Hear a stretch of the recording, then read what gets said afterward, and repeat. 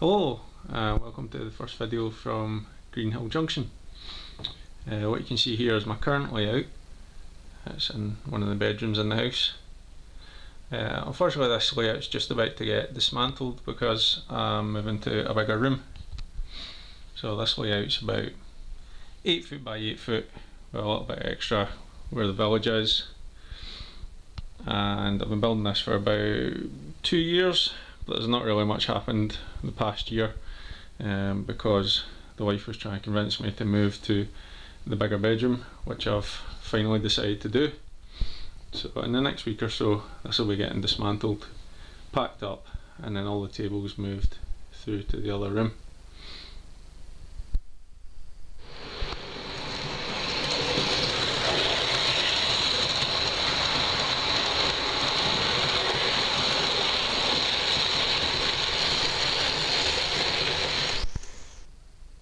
So the engine shed area was the first bit I completed on this layout. It's all Metcalf models. The fence, I actually made that myself from coffee stirrers and matchsticks that I just painted and stuck together. And you can see in the shed, also got a couple of lit buffer stops as well.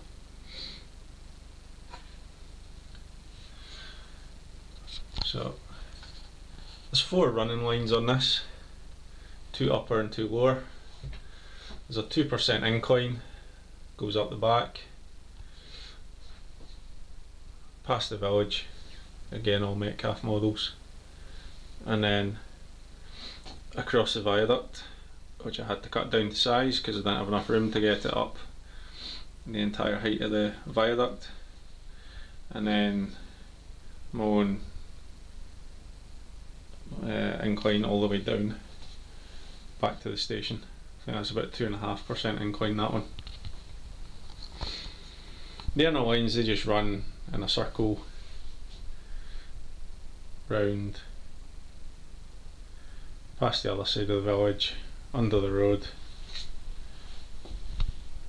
and then back round past the viaduct and back to the station.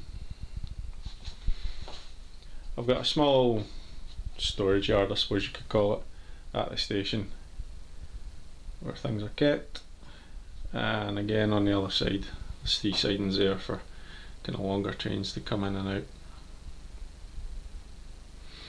So as this was the first ever model railway I'd tried to build, so learned quite a few things quickly.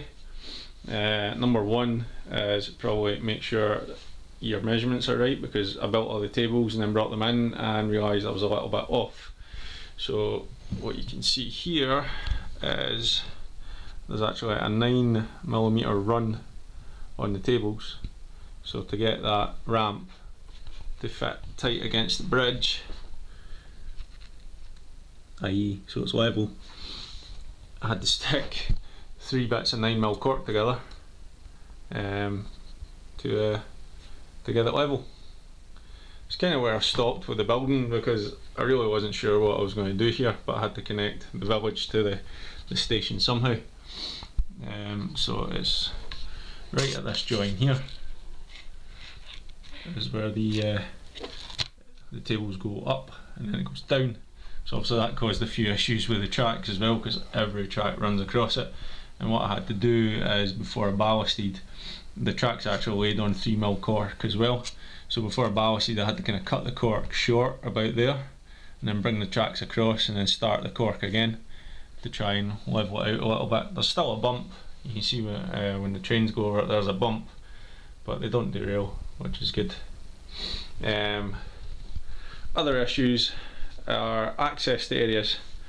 This back table, so this table here is 3 foot wide. I then attached a 2 foot wide table to it, which is where the ramp is, making it 5 foot from the middle where I stand over to the back wall, which means that I can't reach, that's as far as I can reach.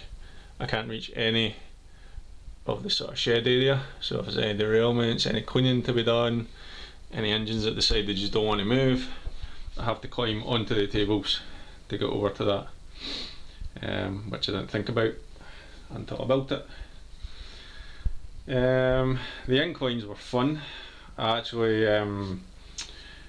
didn't used to have that straight section past the village. The two tracks used to just follow the same curve as the lower line, but then I extended it just as far as I could without getting in the way of the door.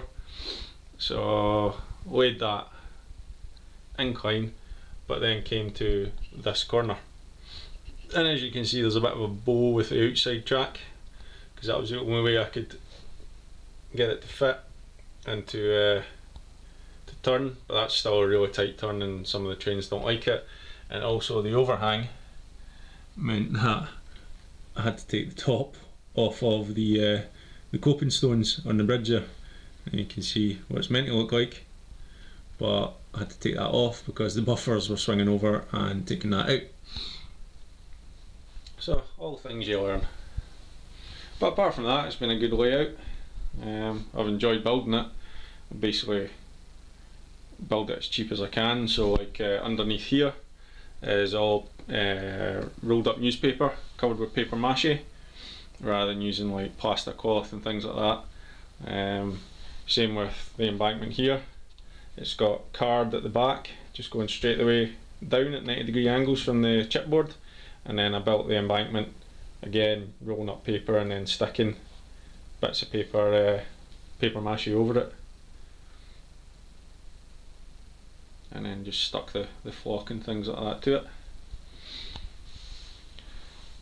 So as I said, this is unfortunately getting taken down and then rebuilt into the new room, which I'll go show you just now.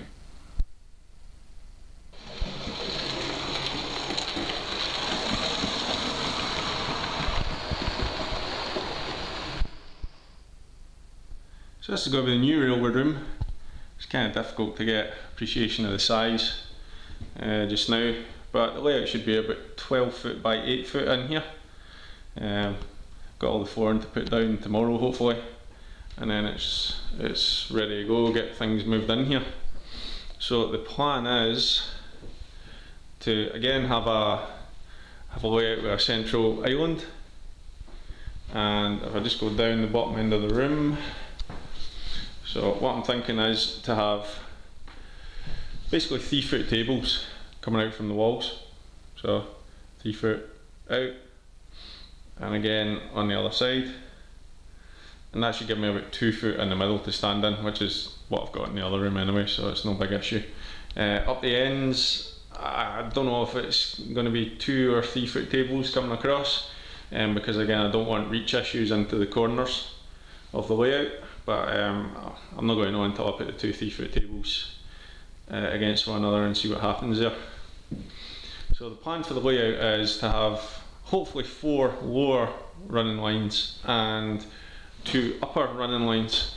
For this section here is going to be the station, because it's going to have to come in. I'm not allowed to take the door off the wall, unfortunately. So the railway is going to have to come in at an angle past the door and then straighten up and run along this wall. So this wall is the station, and there'll be a station, there'll be a double level station. There'll be platforms for the upper lines hopefully as well, because I don't just want them running round and round in a circle with no reason. And then what I'm hoping is the upper line will come across the lower lines, so around about where that box is, the lower lines will disappear under the upper line, and then they'll come turning back and go across the window and then start heading back down towards us. On this side, it's quite long actually. I mean, you've got a whole wall there without anything getting in the way, so like I say, that'll be about 12 foot. That side I'm kind of hoping to mock up a sort of Polmadie yard.